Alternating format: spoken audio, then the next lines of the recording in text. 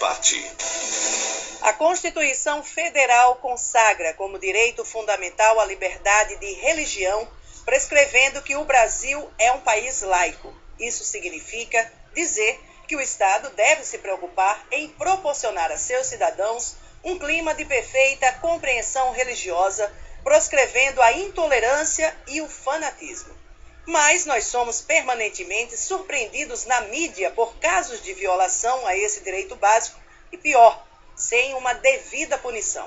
O que está faltando para que possamos, de fato, cumprir a nossa Constituição e conviver pacificamente uns com os outros, respeitando o direito que o ser possui de expressar a sua religiosidade da forma que lhe é melhor?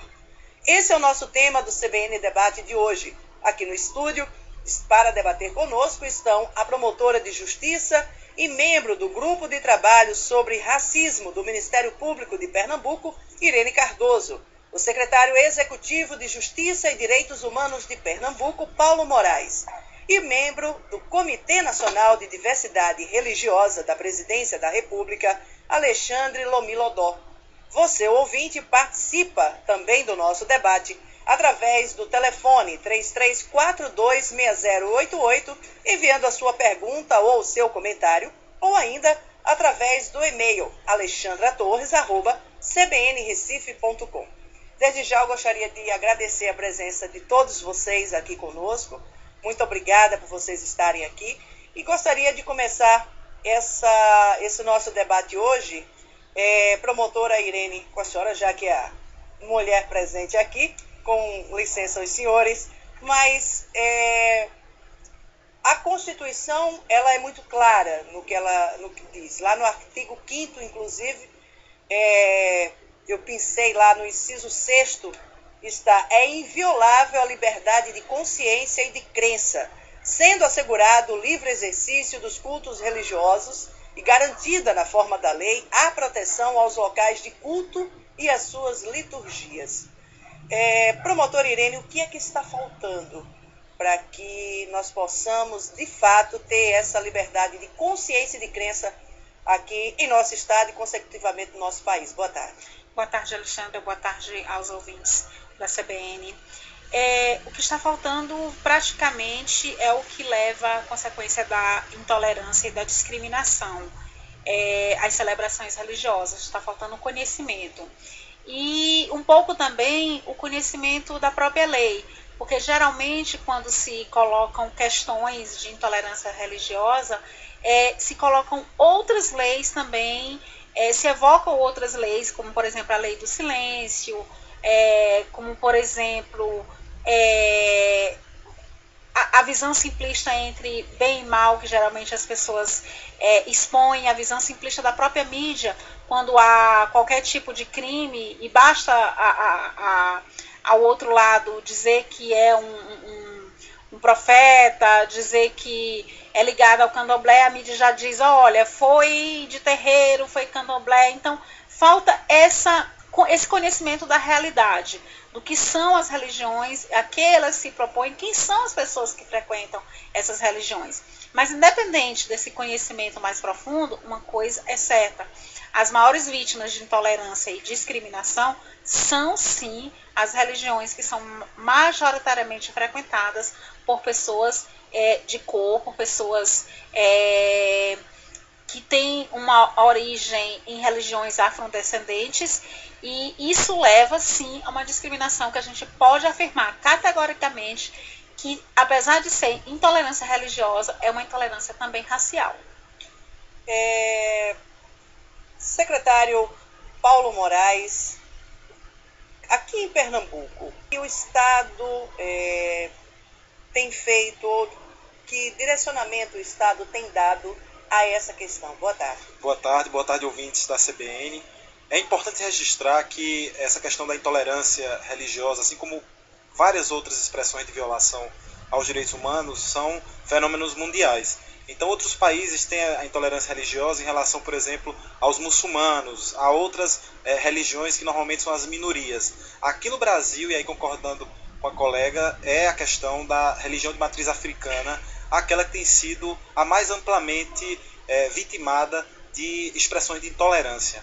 Então, reconhecendo esse fato, reconhecendo que no Brasil há uma questão estrutural de discriminação em relação à população negra e que tem esse racismo, ele se reverbera também numa expressão de intolerância religiosa, como é o caso das religiões de matriz africana. Nós temos atuado aqui no estado de Pernambuco por meio do CEPI.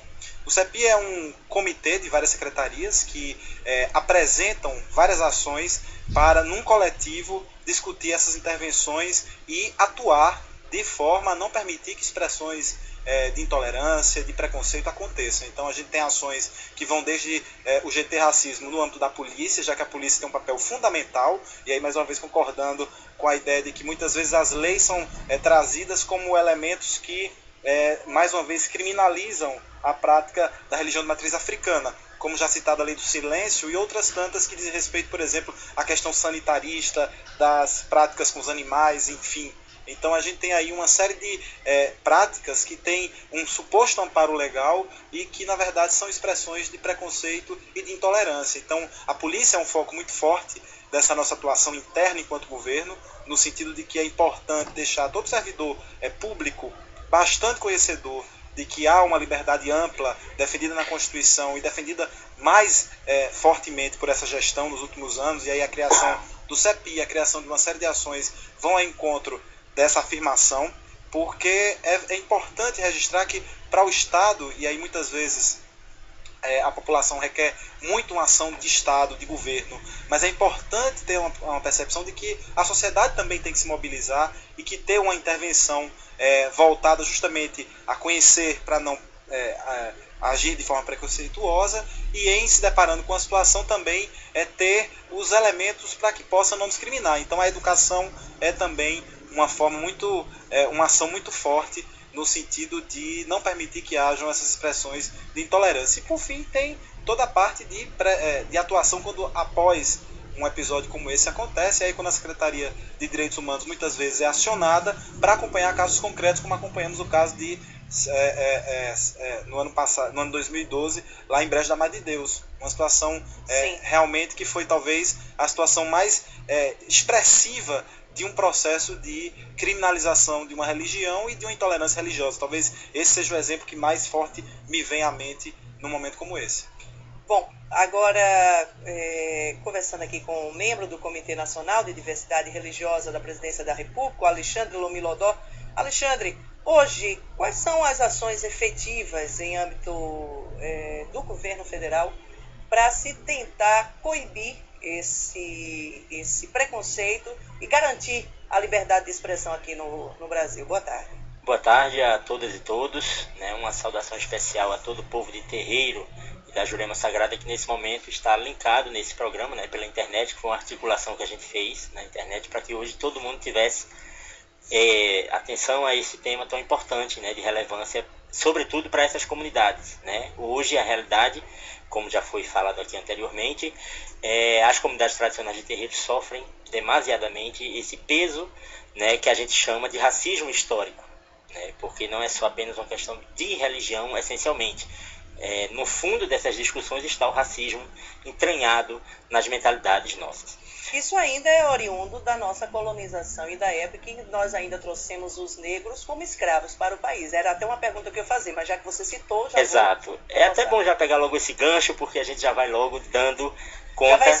Já vai esquentando essa coisa, né? A gente tem vários exemplos, por exemplo, atuais, contemporâneos, de bastante simbólicos, né, para todo o país, em relação à questão da intolerância religiosa, né? O Paulo falou aqui sobre a questão do Brejo da Madre de Deus, né, que era um tema também que eu vinha trazendo aqui, que a gente da Comissão de Combate à Intolerância Religiosa de Pernambuco, montados no ano em que aconteceu esse caso, né, que foi um caso que repercutiu bastante. Pernambuco viu cenas da Idade Média, né, de caça às bruxas. Foram quebrados 7 terreiros do Brejo da Madre de Deus, inclusive uma casa que não tem nada a ver com o terreiro, mas também foi agredido, como é o Vale do Amanhecer. Também. E esses crimes até hoje a gente ainda não teve uma resposta nem da polícia, né, e nem do governo ainda, né, já como a gente está aqui de frente ao secretário, é um dos temas que o povo de terreiro vai retomar, porque a gente ainda não teve respostas. A gente tentou articular e não conseguiu, mostrando que ainda existe muita dificuldade na efetivação da consolidação, na verdade, de criminalizar as pessoas que cometeram, né? Que, por exemplo, os babalorixás e alorixás, juremeiros e juremeiras que saíram daquela cidade, do Brejo da Madre de Deus, corridos por conta da intolerância religiosa, estimulada sobretudo pela mídia equivocada de Pernambuco, como o programa de Cardinô e tantos outros programas que fizeram a imagem negativa do povo negro, vinculando a religião de matriz africana a práticas de magia negra, né, que depois foi provado judicialmente na polícia que aquele assassinato do menino não teve nada a ver com rituais nenhum, né, foi uma questão de terras, de brigas por terras e de validação de terra. Ou seja, um boato termina se transformando, ganhando a proporção que termina num crime. Isso. Então, assim, hoje a Secretaria de Direitos Humanos da Presidência da República, né, já vem há vários anos, há vários tempos, trabalhando já essa questão, sobretudo baseados essencialmente no Programa Nacional de Direitos Humanos, né, que é o PNUD 3, esse mais moderno, né, que eu trouxe até aqui um exemplar, para orientar toda essa questão ligada aos direitos humanos, né, e a Comissão Nacional de Respeito à Diversidade Religiosa, ao qual faço parte, representando a Jurema Sagrada, tem o professor Gil Braz, também aqui de Pernambuco, né, da Universidade Católica, estamos lá representando, fazendo essa frente, porque hoje se viu que é necessário as religiões conversarem, né, sobretudo tendo como grande dificuldade as religiões que não querem conversar, que não querem dialogar por conta dos espaços que são ocupados, né, e assim, a luta é grande. A gente tem a plena certeza de que todo esse processo ele acarreta de mais de 500 anos, né, de acúmulos de discussão, de acúmulos de ações afirmativas, de acúmulos de reparações que ainda não foram dadas ao povo brasileiro, né, sobretudo o povo indígena e o povo de matriz africana, né, negro e de matriz africana, que hoje herdaram, né, que quem herdou a Casa Grande, herdou a Casa Grande. Quem herdou a senzala. Quem herdou a senzala paga o preço até hoje. E esse preço a gente tem que deixar de pagar. O Estado tem que nos retribuir.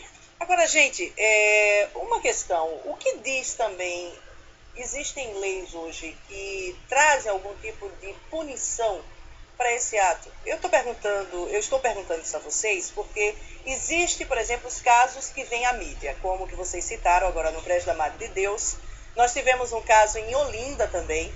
Aqui, estava até procurando aqui pela internet, nós tivemos um caso em Olinda, também infelizmente voltada contra uma casa de prática religiosa,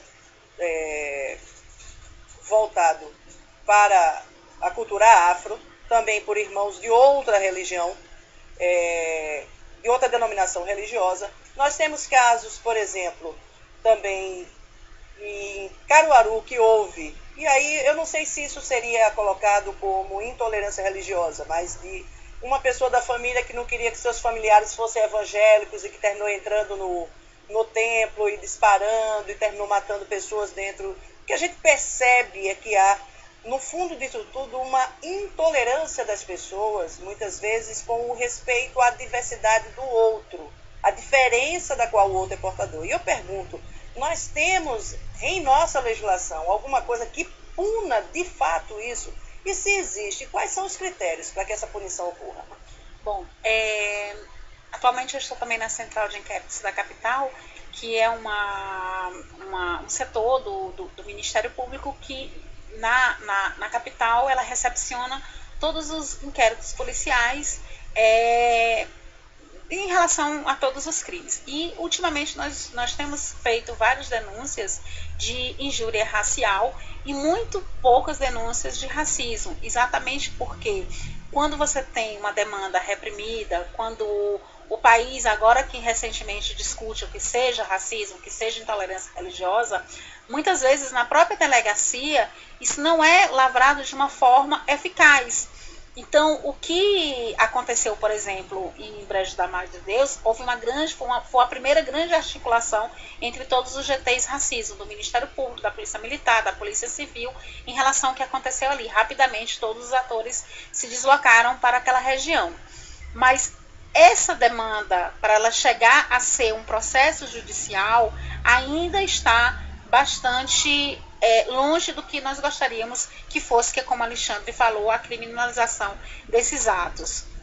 Então, inclusive o GT da Polícia Civil e da Polícia Militar fazem um trabalho com os próprios policiais para que não haja uma resolução dentro da delegacia. Olha, deixa disso, é seu vizinho, não vamos levar isso adiante, porque ainda é um pouco esse país que veio discutir o preconceito racial muito recente com as cotas, com as ações afirmativas. Então, são muito poucos ainda os casos em que o racismo ele se transforma de fato num inquérito policial, para se transformar numa denúncia, para que ele chegue ao judiciário e ao final nós tenhamos de fato uma pena e alguém sendo condenado por essa prática. Quais são os tipos...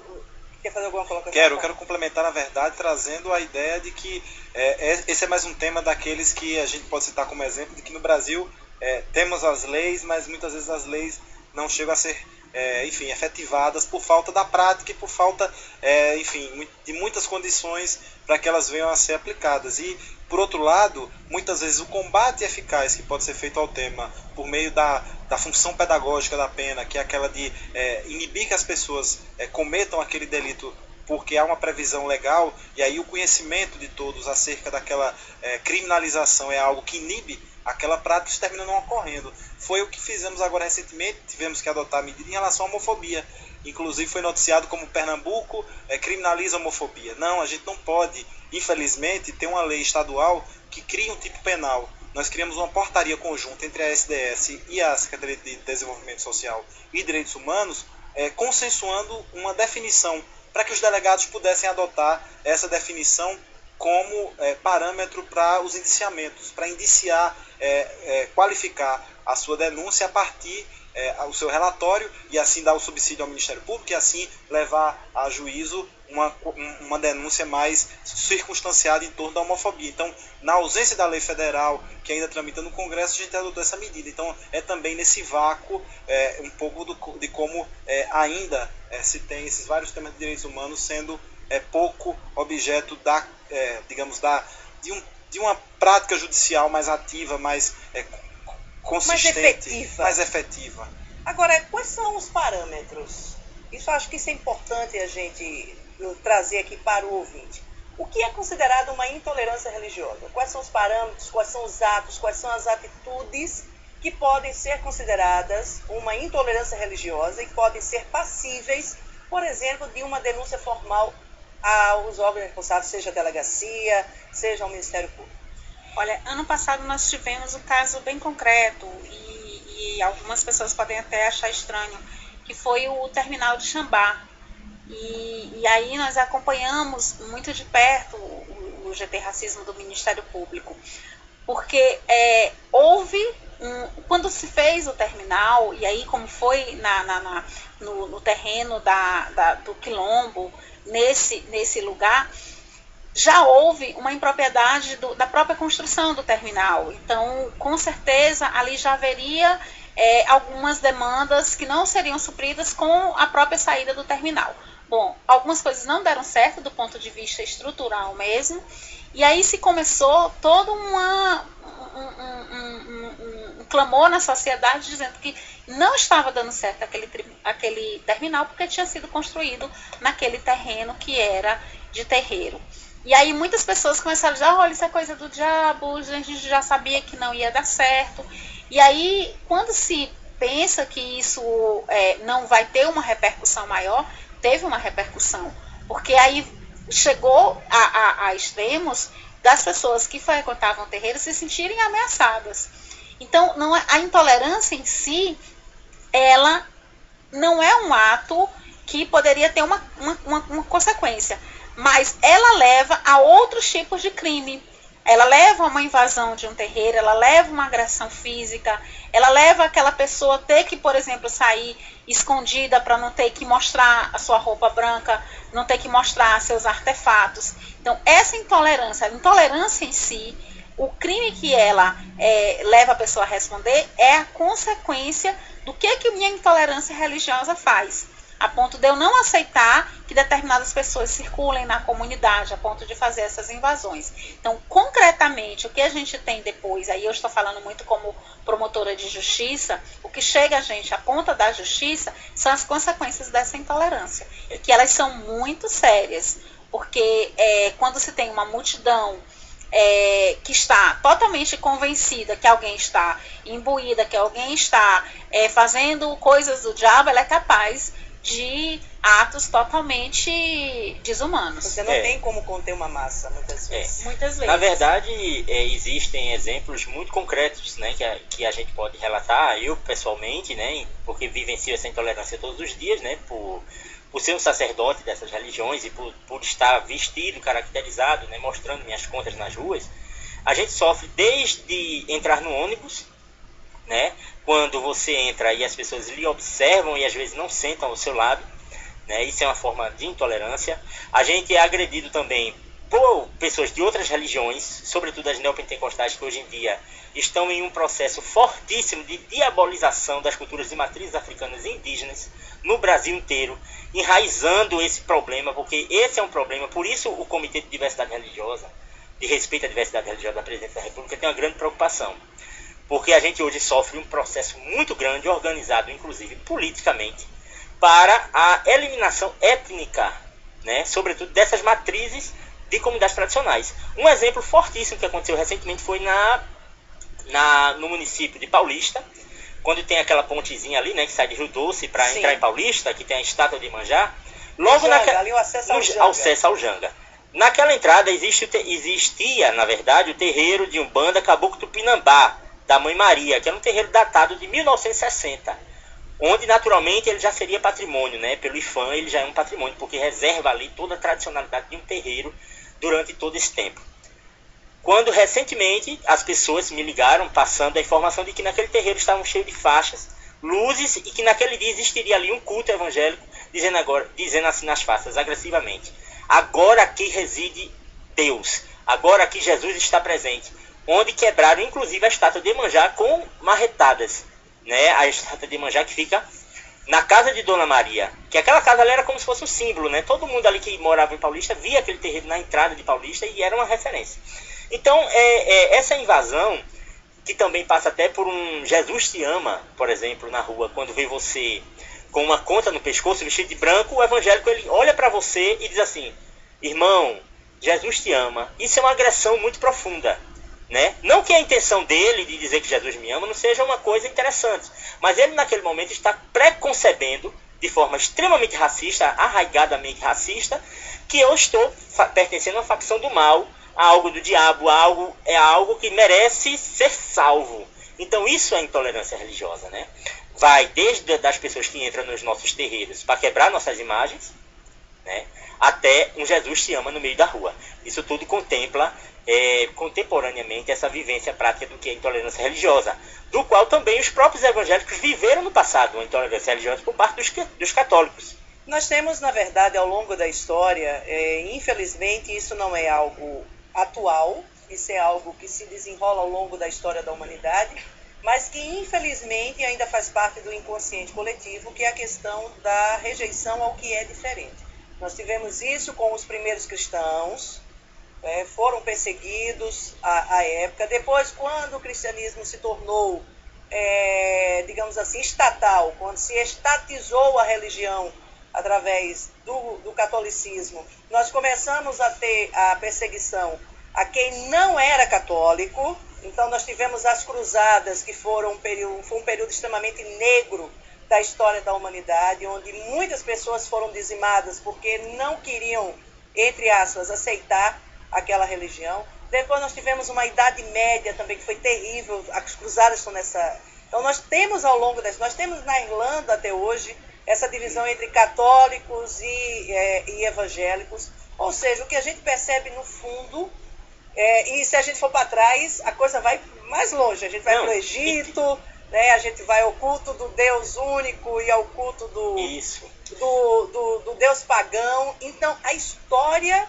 da humanidade está repleta de intolerância religiosa. E vale a pena ressaltar que, por exemplo, o termo pagão, né, pagos quer dizer pessoa do campo. Quer dizer, os deuses do campo foram criminalizados, né, tornados inviáveis pela igreja por um interesse político. Mas se da Idade transformaram Média. nos santos da igreja. Se também. transformaram De posteriormente. uma certa forma, o secretismo. A gente vai ter, infelizmente, gente, que dá uma paradinha rápida. CBN Debate. De volta com o nosso CBN Debate, aqui hoje falando sobre a intolerância religiosa. Você está querendo sugerir o que, Alexandre? Eu queria sugerir que a gente também discutisse sobre a Lei 10.639 e a 11.645, né, que são leis federais que obrigam o ensino da história da África e dos indígenas nas escolas. Porque eu atribuo também a isso, né, uma questão da formação do povo brasileiro, que não tem acesso aos conteúdos, né, nos seus programas nas escolas, desse conteúdo. Por isso, a ausência, né, e o estranhamento total às demais manifestações que as pessoas não conhecem, até mesmo da cultura popular. Por exemplo, tem pessoas que são aterrorizadas até por um maracatu. Tem medo de maracatu. Né? Então, a ausência dessas leis também causa de forma devastadora esse imaginário ignorante da intolerância religiosa. Porque quando você não conhece, né, quando você é ignorante sobre um tema, você cria o preconceito, né, você tem um preconceito em relação à questão, e naturalmente você tende a se afastar ou a querer expulsar aquilo de você. Né? É aquela velha história da formação xenofóbica que a gente recebe. Né? Tudo que é estranho a gente tenta afastar. A gente não quer abraçar e entender. A gente não quer entender muitas vezes pela dificuldade de ter que mudar um padrão de pensamento. Isso.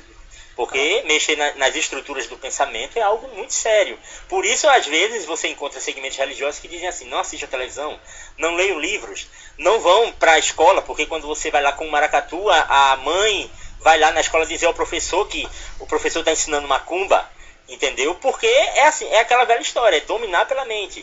Então essas leis, elas são fundamentais. Infelizmente a Secretaria da Educação de Pernambuco, ela ainda não se ateve a essa questão de forma responsável, né? Porque Pernambuco, por ser um dos estados mais negros do Brasil, deveria ter uma atitude, e também de ter civilizações indígenas muito organizadas aqui, são mais de 12, deveria ter essa ação afirmativa de forma forte na sua gestão. Mas, infelizmente, são mais de 10 anos da Lei 10.639 e até hoje não foi implementada, mostrando que esse racismo institucional, né, do qual Irene está aqui, que pode arraigar bem essa questão, porque o Ministério Público lançou um livro do GT Racismo sobre essa questão, mostra que a gente ainda está engatinhando, mesmo após 10 anos de uma lei federal, que nos garantiria, né, pelo menos nesses 10 anos, uma outra mentalidade de crianças e adolescentes e adultos. E é importante registrar, Alexandre, que nós temos acompanhado essa questão no âmbito do Governo do Estado, da Secretaria de Educação. Nós temos uma gerência de diversidade de direitos humanos que tem essa atribuição. Temos um conselho que tem a participação dos representantes de quilombolas, indígenas, que tem que faz esse acompanhamento à educação quilombola, toda essa discussão junto à Secretaria de Educação. A gente tem uma proposta pedagógica, tem uma publicação que faz a orientação dos professores sobre como trabalhar esses temas transversalmente em sala de aula. Inclusive, na primeira gestão, no ano 2008, nós recebemos um prêmio de Direitos Humanos conferido pela Secretaria de Direitos Humanos, né, por essa experiência de avançar na educação em direitos humanos de forma transversal. Porque qual é a questão? É que você não pode, muitas vezes, perder as oportunidades. Você está falando ali de história, você tem como já abordar um dos vários temas que são ou que geram preconceitos. Quando falar da colonização, por exemplo, mostrar de como repercutiu aquela estrutura montada na colonização. Então, a proposta do Governo do Estado no âmbito da educação é trabalhar transversalmente, ou seja, direitos humanos em todos os temas, em todas as disciplinas. E a gente tem acompanhado o trabalho feito pela Gerência da Educação. Temos, inclusive, qualificado nossos técnicos para contribuir melhor. Inclusive, agora de 25 e 26, a gente está com o pessoal do CEPIR Brasília, do Governo Federal, formando a nossa equipe internamente para que a gente possa ter mais elementos para trabalhar o tema da igualdade racial, que esse ano é um dos temas estruturantes. Equidade de raça, de gênero e a questão dos 50 anos do golpe são temas que a gente vai trabalhar no estado todo. Então, a gente está aí também se preparando, se formando para melhor atuar no âmbito da fiscalização que a gente tem que fazer. Nosso trabalho digamos, é invisível, é silencioso, porque ele trabalha no âmbito da estrutura do governo, provocando, cobrando e trabalhando com que as secretarias assumam suas atribuições em torno dos direitos humanos. Existe hoje em Pernambuco algum órgão que concentre, que faça um levantamento da questão de denúncias? Nós temos a Ouvidoria de Direitos Humanos, nós temos um conjunto de ouvidorias em cada órgão que faz o acolhimento de denúncias e que leva a ouvidoria central, que distribui. Nós temos, claro, os órgãos que têm, e aí é importante, inclusive, lembrar da atribuição dos demais órgãos. Está aqui o Ministério Público, tem um trabalho formidável no acolhimento, na abertura de procedimentos para investigar as questões. Temos a própria polícia, enfim. Todos esses órgãos têm atribuições para os direitos humanos e, consequentemente, para receber denúncias e para as encaminhar para os órgãos competentes. Se a gente for trabalhar com a população muitas vezes, olhe, para a questão racial, procure o Ministério Público que atua na questão de direitos humanos. Não, procure o Ministério Público, procure a polícia, que internamente ele vai saber encaminhar o caso. Isso está sendo, digamos assim, catalogado, está sendo unido, Irene, de uma forma que a gente tenha dados, por exemplo, no ano de 2013 tivemos X denúncias de intolerância religiosa, tantas foram por causa disso. Está ocorrendo? Não, ano passado houveram várias articulações entre os 3 GT, GT Racismo na Polícia Militar, do Ministério Público e da Polícia Civil. E aí, exatamente porque é uma questão nova, até nos próprios protocolos ficava difícil particularizar aquele crime de racismo. Porque sequer existiam nos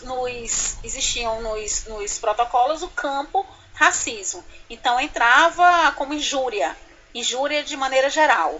Então, para que nós pudéssemos colocar como injúria racial, houve todo um trabalho das polícias junto com o Ministério Público em relação a isso. Então, é algo que estatisticamente nem adianta se colocar se antes não houver o esclarecimento sobre o que é injúria racial, que horas que o delegado não pode dizer, olha, deixa isso aí de lado, porque se alguém te chamou de nega safada, de idosa safada, se alguém disse que você é do diabo, isso daí não é nada.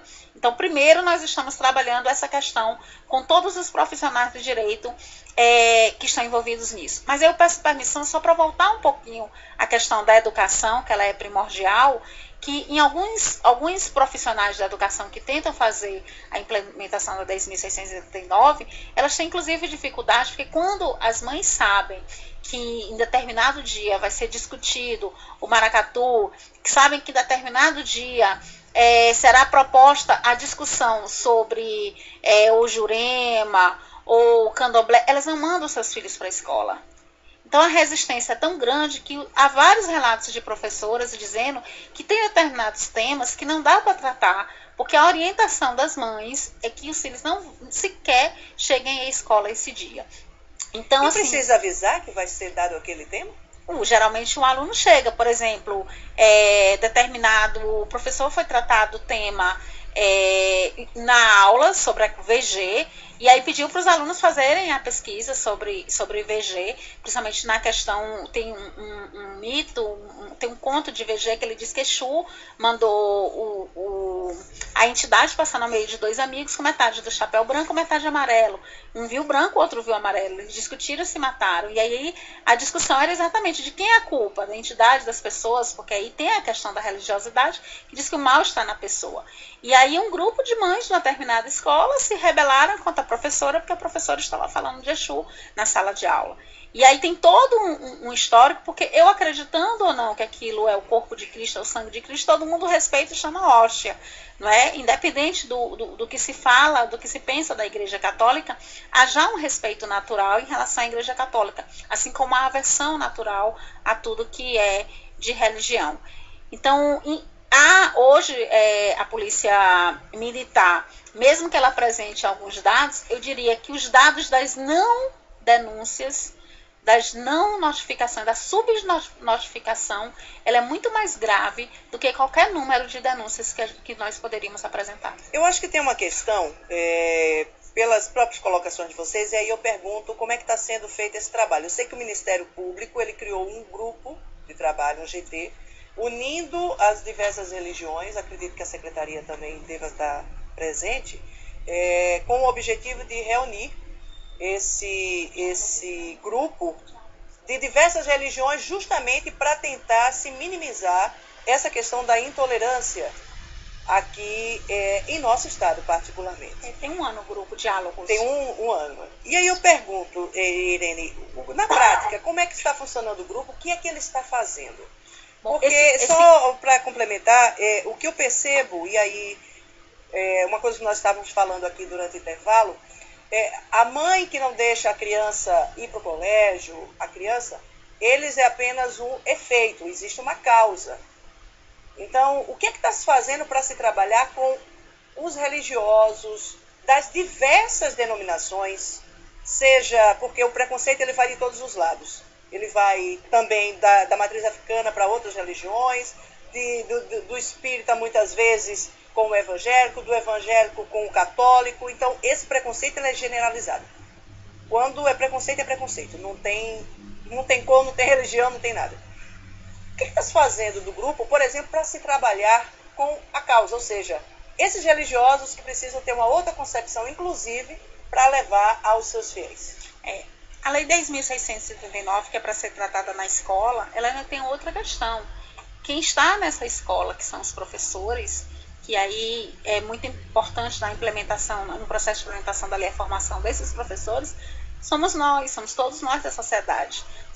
Não é? Essa semana eu estive em Arco Verde, num evento, e estávamos todos lá, e uma professora disse, eu sou católica, eu também tenho dificuldade de tratar desse tema.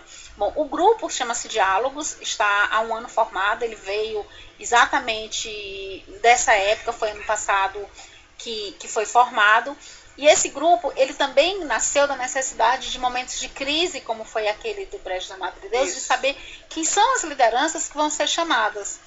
Então, esse grupo tem trabalhado há um ano para quando acontecer situações limítrofes, como foi aquela do Brejo da Madre de Deus, nós tenhamos as pessoas certas, compromissadas para isso. E essas pessoas, elas ainda estão trabalhando nesse sentido, no sentido de que, quando tiver um caso de intolerância, elas poderem ser acionadas. Preventivamente, o que se tem que fazer, e pode ser feito, o mecanismo, eu acho que é a lei mesmo 10.639, é na questão de educação nas escolas. Então, enquanto a gente não tiver a história do negro, a história da resistência, a história do povo africano, a história desses terreiros contados nas escolas, nós não teremos como superar essa intolerância. Mas não haveria uma forma, perdão, Alexandre, de, por exemplo, um determinado pastor ou palestrante ou padre que no seu pronunciamento, na sua pregação, está pregando a intolerância, está pregando a agressividade a uma pessoa de uma outra religião. Se a pessoa não tem como ser penalizada, não haveria como a pessoa gravar um vídeo, por exemplo, e fazer a denúncia? Ah, sempre. Já tivemos vários casos em relação a isso. Mas aí, como se agir com essa pessoa? O que é feito com esse religioso, por enquanto? Ele pode responder processo. Porque, geralmente, nós conseguimos ligar essa intolerância a outros crimes. Geralmente são crimes raciais.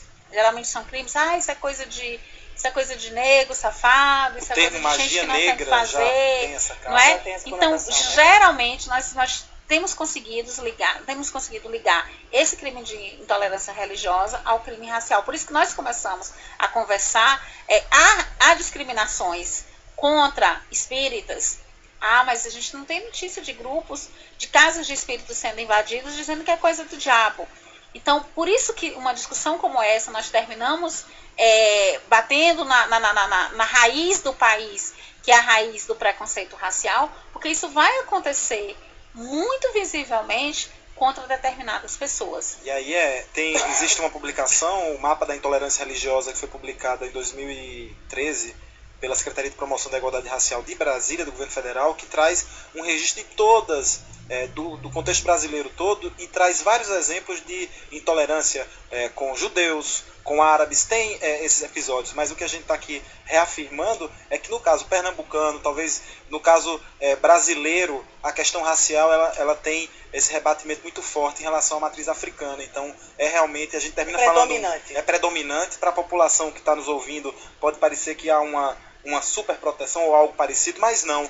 Há sim uma ação que visa, e se houver denúncia, se chegar ao caso, a gente atua em relação a qualquer expressão de intolerância a qualquer religião, inclusive ao direito das pessoas de não professarem uma religião, de não quererem, são ateias, são agnósticos, enfim, a Constituição brasileira é muito clara, isso é da esfera do privado. Isso. E, por outro lado, a questão de matriz africana, no caso brasileiro e pernambucano, tem toda essa ênfase porque são os episódios que levam à morte, que levam a episódios de perseguição, tais quais eram na Idade Média. A gente tem relatos e situações que trazem realmente a um processo de grande discriminação e de sofrimento para essa população. Então quero registrar bastante que não há aqui uma opção tão somente fundada na escolha, digamos, não há uma escolha que não tenha se embasado em casos concretos e na percepção de que é de fato o episódio e o exemplo mais concreto de intolerância religiosa no Brasil é contra a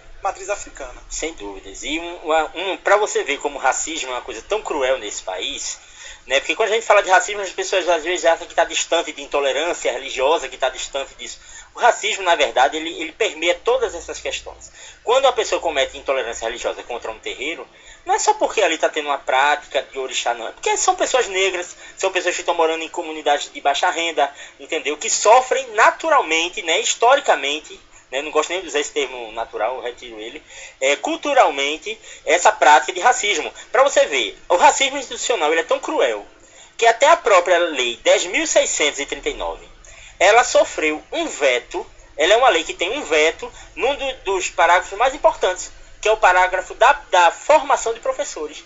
É uma lei que não prevê a formação de professores. Veja só, quando ela foi discutida lá em Brasília, ela, depois com toda a movimentação do povo negro, do povo indígena, do Brasil inteiro, chegou lá, vetaram exatamente, não deixaram passar a formação de professores. Veja como é maldosa esse veto, né? Quando não forma professores, naturalmente o professor não vai ter qualificação para ensinar aluno. Claro. Então não vai ser repassada, não vai ser efetivada. Então, quer dizer, a gente hoje é que tem que formar os professores. A sociedade civil se une, várias pessoas especialistas nos temas, e vão formar professores. As escolas às vezes convidam pessoas para palestrar, eu mesmo vou para muitas escolas, e isso acontece. E outra coisa importante, o racismo institucional nesse país, sobretudo em Pernambuco, é fortíssimo. Um caso fundamental é agora em Olinda, no Carnaval de Olinda. A homenageada do Carnaval desse ano de Olinda é Mãe Bill, com o centenário de Mãe Bill do terreiro Xambá. Só vieram anunciar essa homenagem do centenário de Mãe Bill semana passada. Significando o quê? Não vai ter Mãe Bill refletida na decoração da cidade, porque era uma mulher negra e de candomblé. Não vai ter Mãe Bill nos temas principais da mídia e tudo, porque foi uma coisa de última hora.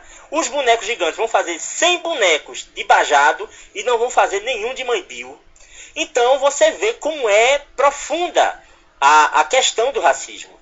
Mesmo quando se homenageia, que foi uma pressão de mais de 3 anos da comunidade de terreiro da Xambá, sobretudo para Mãe Bill ser homenageada no Carnaval de Olinda por um centenário, que é uma data especialíssima, a Olinda faz isso. Né? A gestão de cultura de Olinda faz isso. Então, quer dizer, isso é racismo institucional, que inclusive poderia ser criminalizado, porque a partir do momento que não viabiliza, né, uma homenageada negra de ter uma visibilidade na própria decoração do carnaval, que seria algo mais óbvio possível. Nóbrega está no Recife. Nóbrega está aí no Recife, todo maravilhoso, em todos os momentos.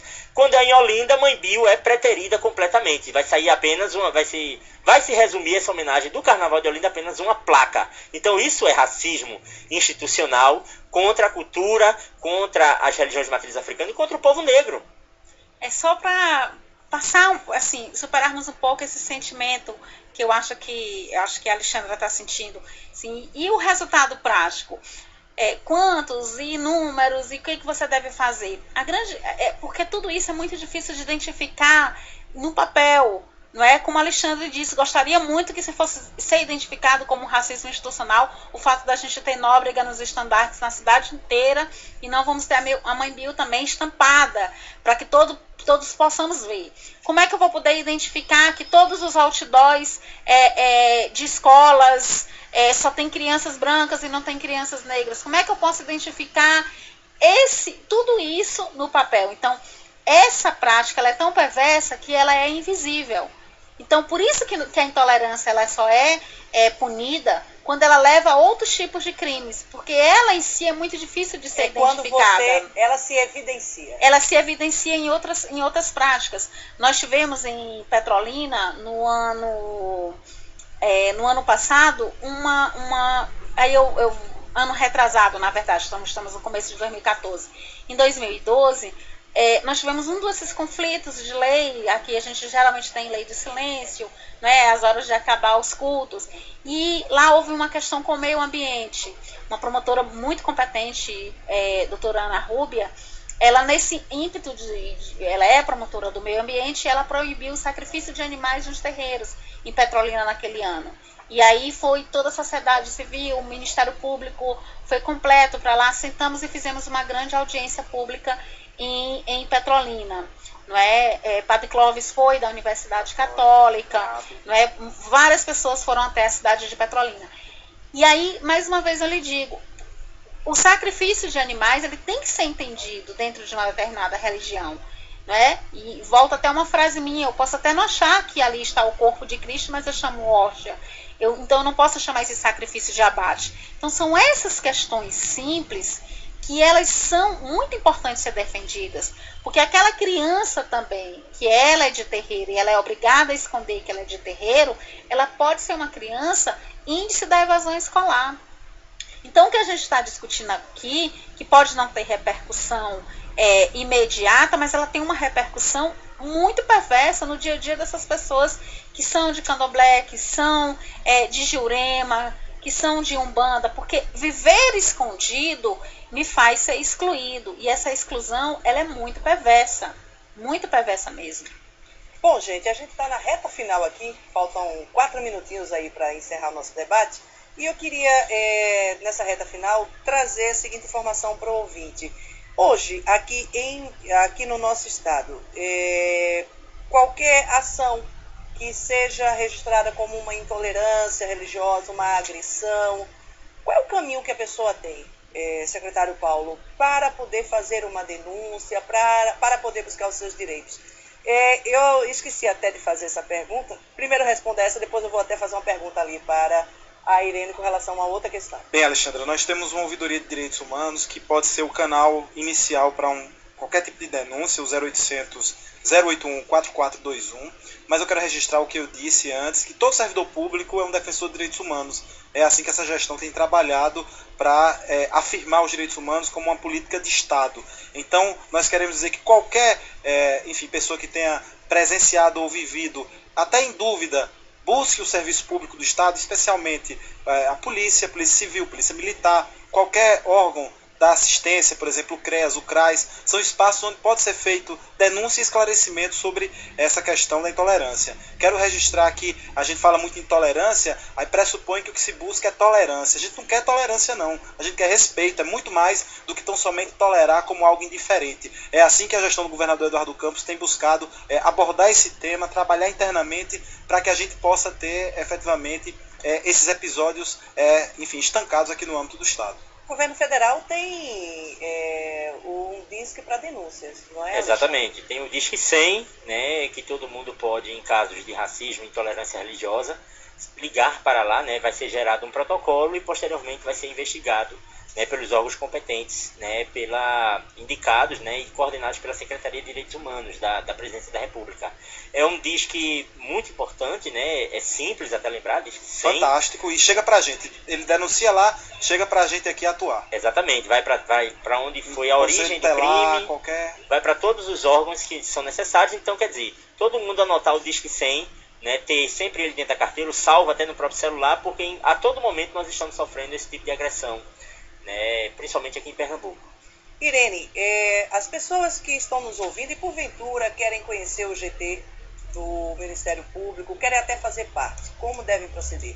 Bom, ele é um órgão interno, assim, para fazer parte diretamente, não tem essa possibilidade, porque ele trabalha basicamente com a sensibilização dos promotores e com a sociedade civil.